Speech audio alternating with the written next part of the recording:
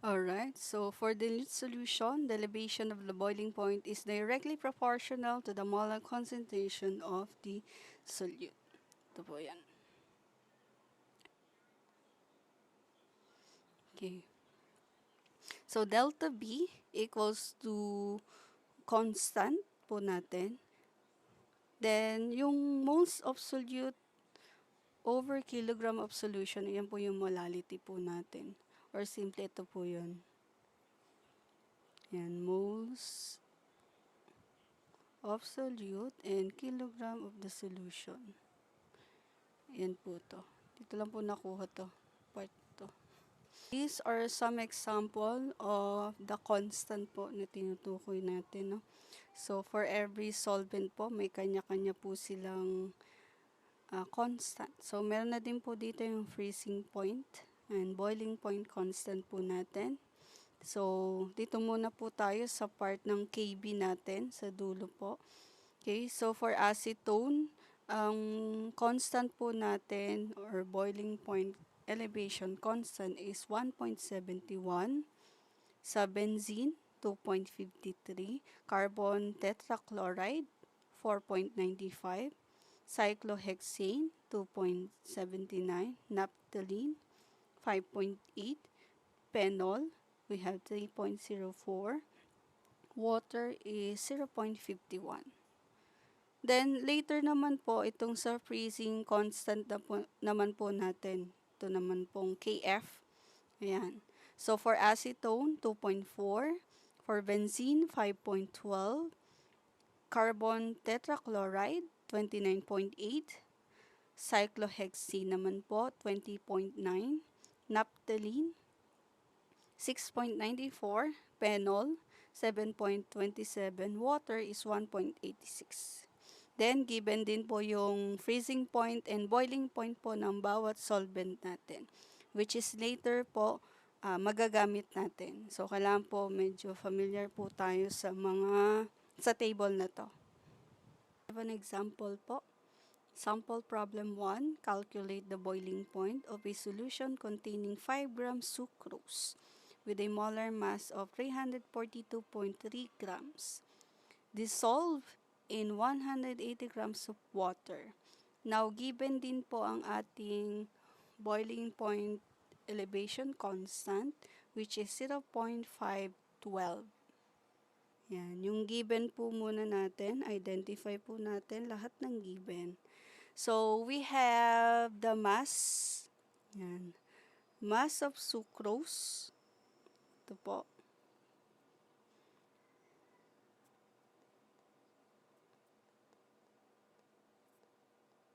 which is 5 grams. Next, given din po yung molar mass natin. Ito po yung molar mass.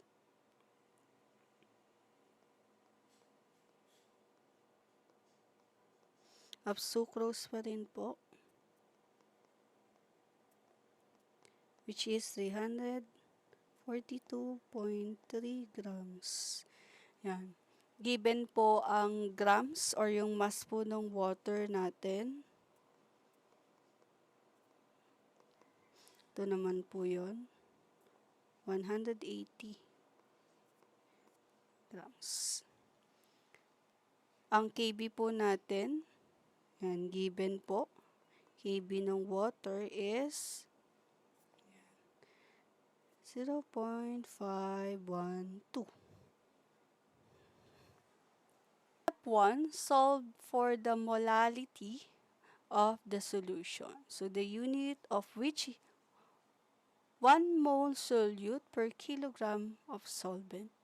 So, using the dimensional analysis, the first factor converts mass to mole, then divide with the mass of solvent, and the last factor converts the mass in grams to kilograms. Or to simply, parang yung ginawa natin last time po, no?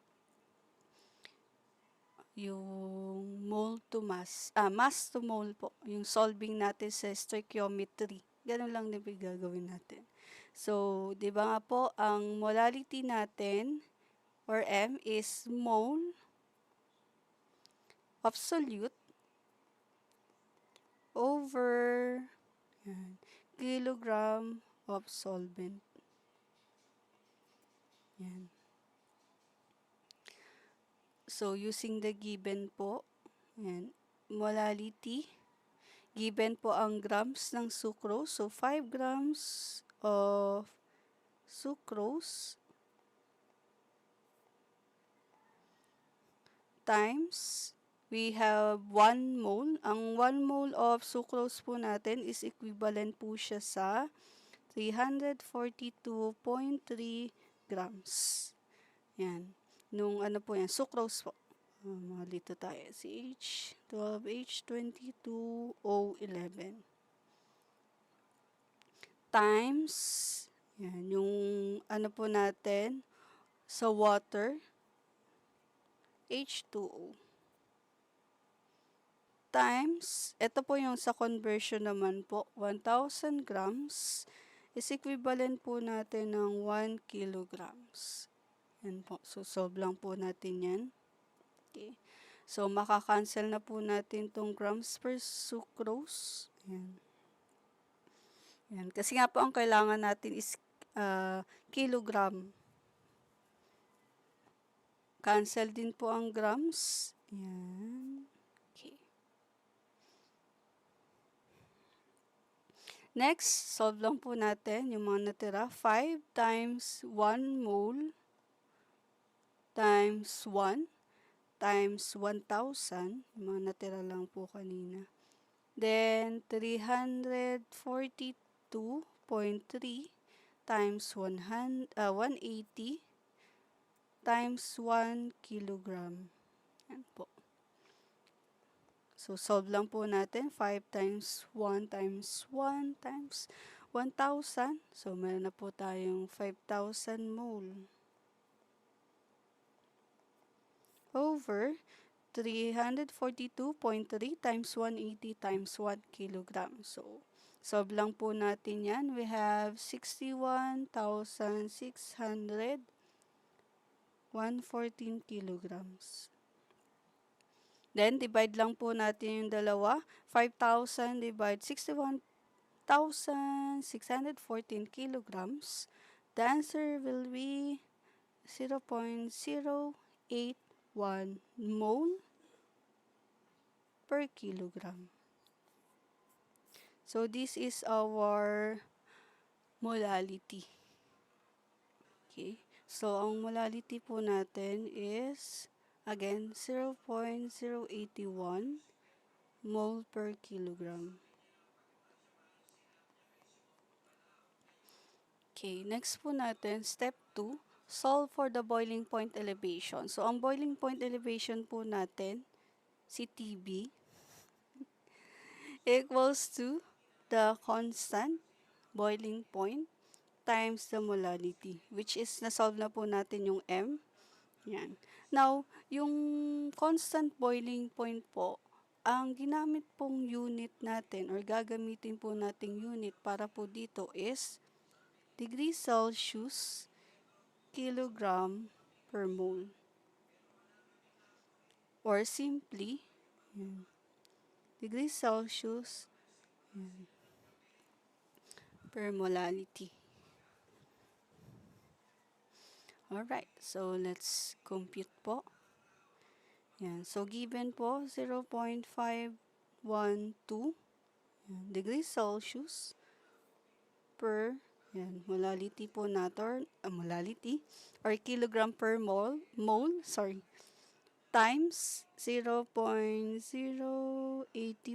mole per kilogram, or M. Ito po yun. Kaya pag-anuhan ko na nga para pareho. Malito tayo. Or simply M po yan, no? So, maka-cancel out po natin yung unit. So, 0.5112 degrees Celsius times 0.81.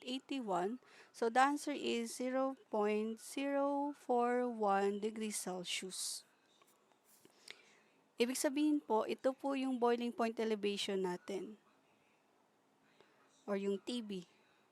Next, solve naman po natin yung boiling point of the solution. Okay?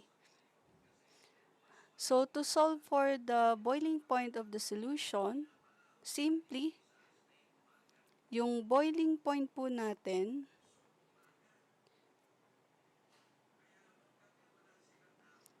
yan, boiling point nung solvent,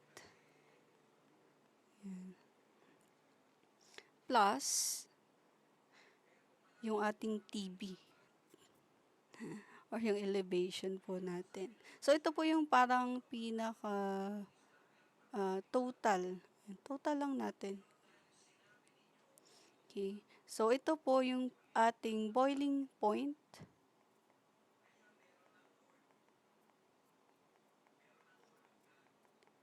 of the solution.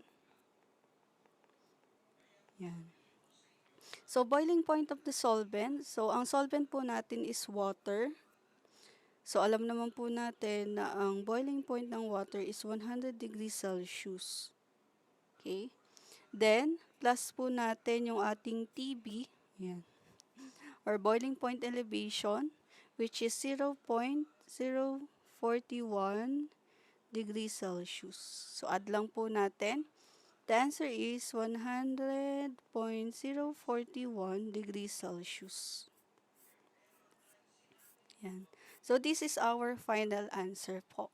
Now, to translate or interpret this number, 100.041 degrees Celsius, this elevates its boiling point temperature by 0.41 degrees Celsius.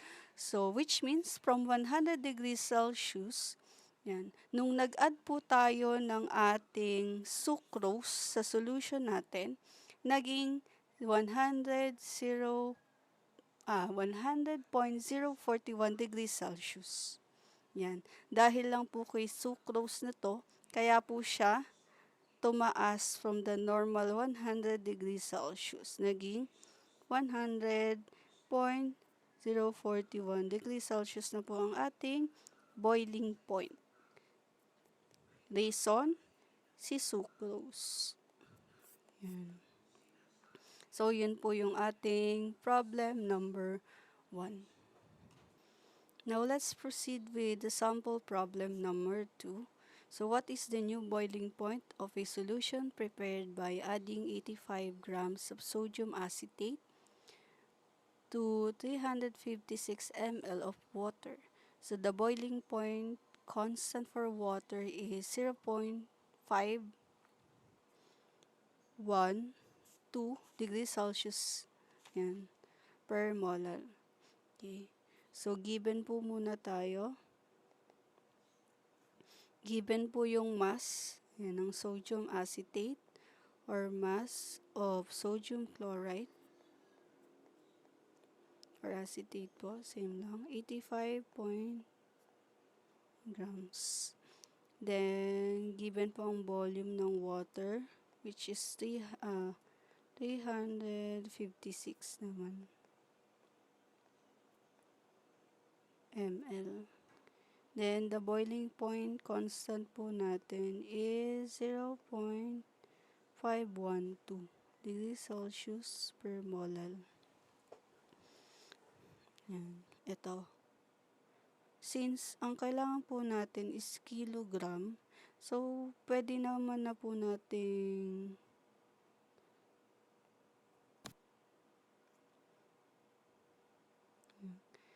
i-convert. Yan. So, dito po, 1,000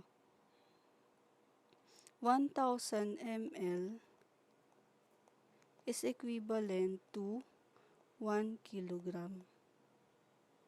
So, ibig sabihin, meron po tayong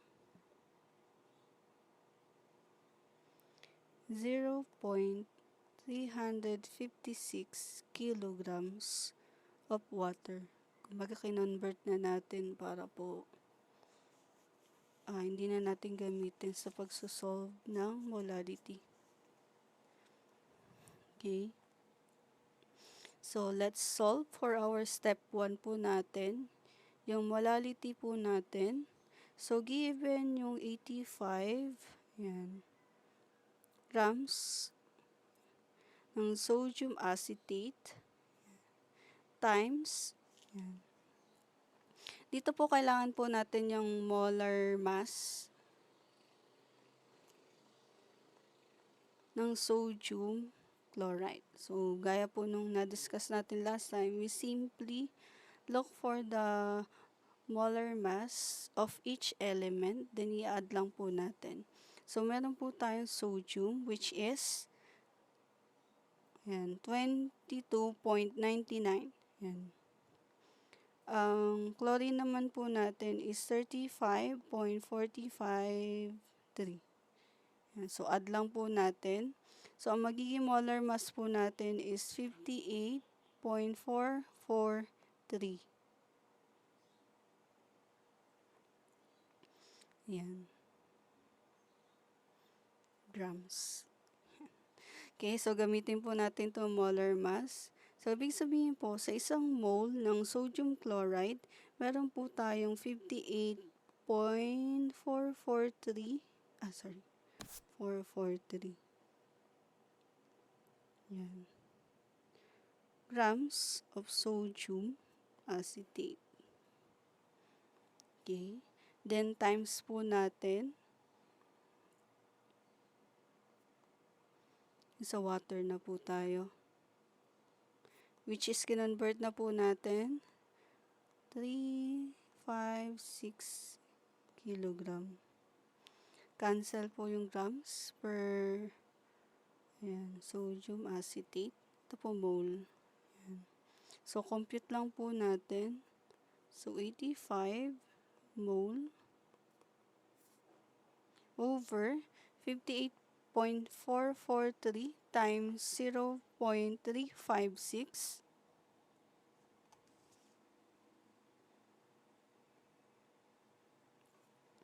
The answer is 20.805,708 kilograms. Next, divide po natin 85 divide 20.805708 kilograms.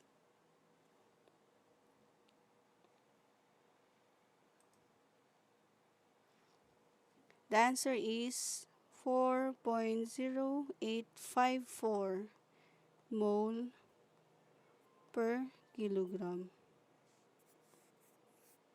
So, this is our molality. Solve na po natin yung molality natin, which is, again, yung molality po natin is 4.0854 mole per kilogram. Next step po natin, solve for the boiling point elevation. So again, yung boiling point elevation po natin, si TB. So, TB equals to constant times the molality. So, ang ating constants for water is 512 degrees Celsius per mole times 4.0854 mole per kilogram. So, solve lang po natin. Wait lang, parang may kulang. Sabi ko may kulang. Kilogram. So, pwede na po natin makancel yung unit. Okay, solve po natin. So, 0.512 times 4.0854 equals to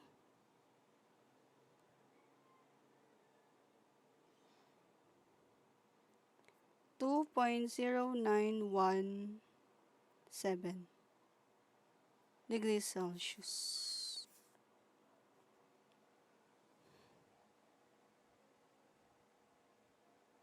Yan. So, yan po yung ating TB. TB or the boiling point elevation. Next step po natin, so gagamitin na po natin yung boiling point. So, solve for the boiling point of the solution.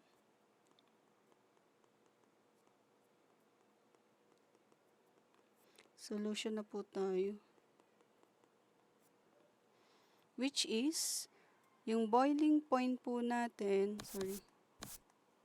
yung boiling point po natin nung solvent, i-add lang po natin yung boiling point elevation. So, alam naman po natin, again, yung boiling point ng water is 100 degrees Celsius. Add lang po natin to 2.0917 degrees Celsius. So, add lang po natin 100 plus 2.0917 equals to 102.0917 degrees Celsius. So, which means, so this elevates its boiling point temperature by 2.0917. So, from 100 degrees Celsius, which is the normal boiling point of water, but since we add a non-volatile solute, which is the sodium acetate, the temperature becomes 102.0917 degrees Celsius. So, yun po yung ating sagot for this. Meaning, ito po yung naging bagong boiling point ng solution natin nung nag-add tayo ng sodium acetate.